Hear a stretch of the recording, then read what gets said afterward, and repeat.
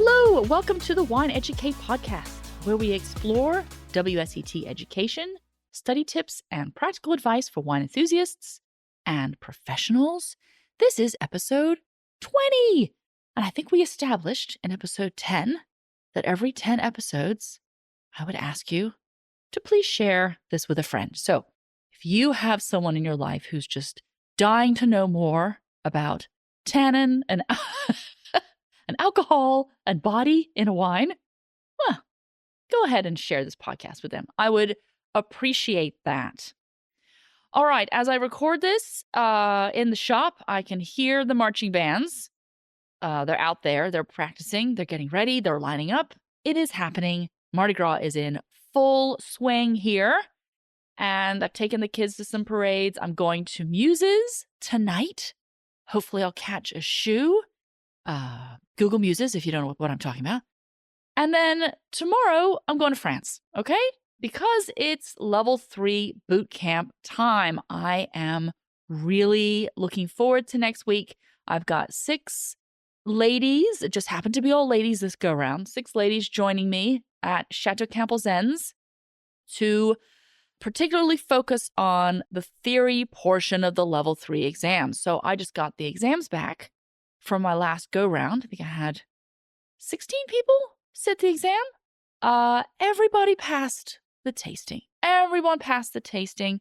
We've got that down, but we still had some folks need to give it another go for the theory portion. It's hard, and everyone tends to worry a lot about the tasting, but you know, it's the theory that needs the most work. So I thought, wouldn't it be fun to go to France for a week and visit some vineyards and have some classroom time, work on some essays, and then do a mock exam as well. Because sitting down, taking that exam for the first time when you're actually in the exam classroom is rough. It's 2 hours, right? And you have to handwrite all those essays.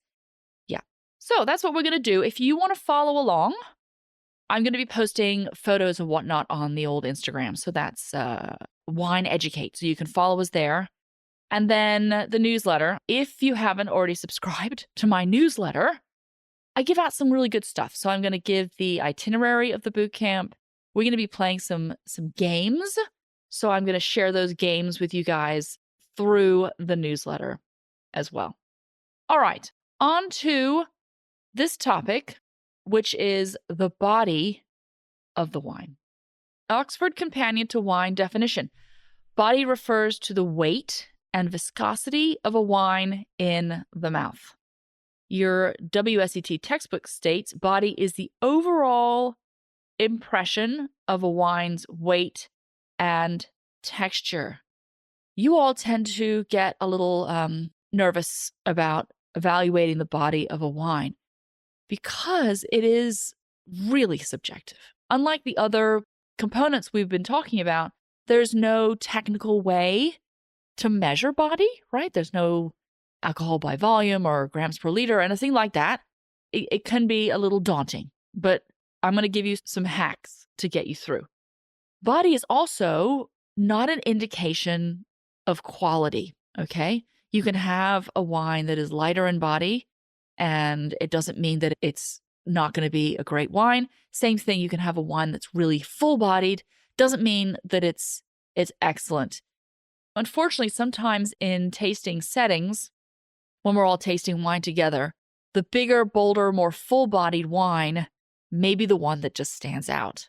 So that's fine, it can stand out, but it doesn't necessarily mean that it's going to be the best wine, right? You gauge the body by putting all of the components that we've been talking about these last couple weeks together. So body is influenced by alcohol, sugar, tannin, and acidity. And on your SAT card, we have wines that are light, medium, and full-bodied.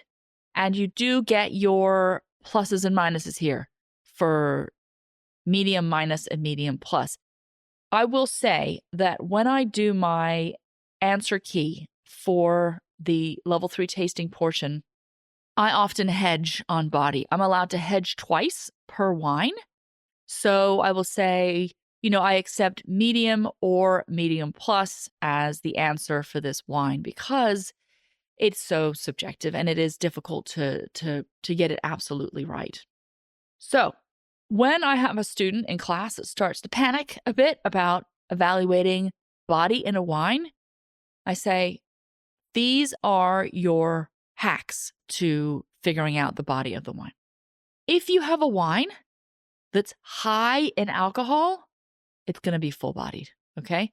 Alcohol may be one of the most noteworthy things that we get in a wine, meaning if it increases or decreases, we notice it quite a lot. And a wine that is high in alcohol is full-bodied. And the converse of that, if a wine is low in alcohol, it can be perceived as lighter in body.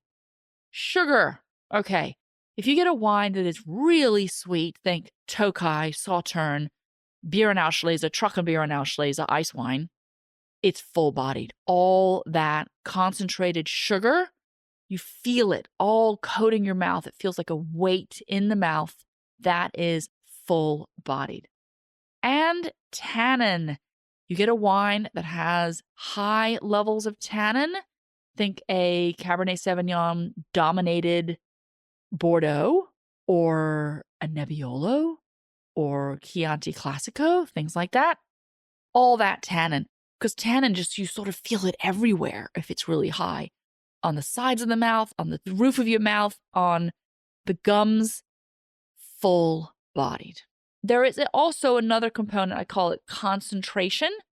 So if you get a wine, let's say a white wine, let's say Sancerre, it has maybe lower yield, maybe more of a minerality feel to it. It's a higher quality wine. You're going to have that bit more of concentration, and you're going to be more of pushing it into more of a medium style, medium bodied wine. Okay, so let's have some examples. Examples of full-bodied wines. Napa Chardonnay, perhaps, maybe a Meursault from Burgundy. How about a Barossa Shiraz from Australia, maybe a Sauterne from France, right? Dessert wine, really high in sugar. Okay, medium-bodied wines. So a Merlot, perhaps, because it's medium in tannin. Côte de Rhône, so a Southern Rhone, but not from Châteauneuf-du-Pape or anything, just sort of general appellation. White Zinfandel has a little bit of sweetness to it, gives it a little extra body. And we talked about the Sancerre because it has that little bit of extra concentration, makes it more of a medium-bodied wine.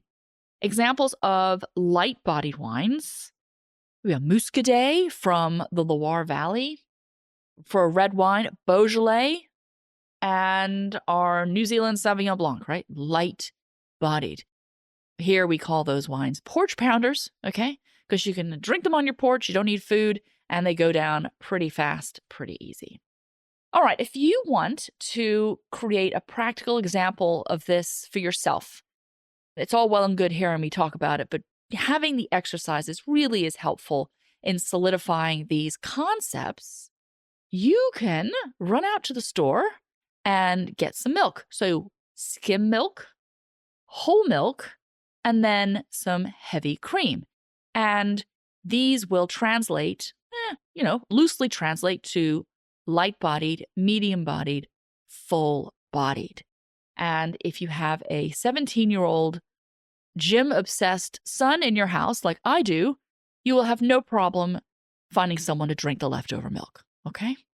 It's a fun exercise to do for body.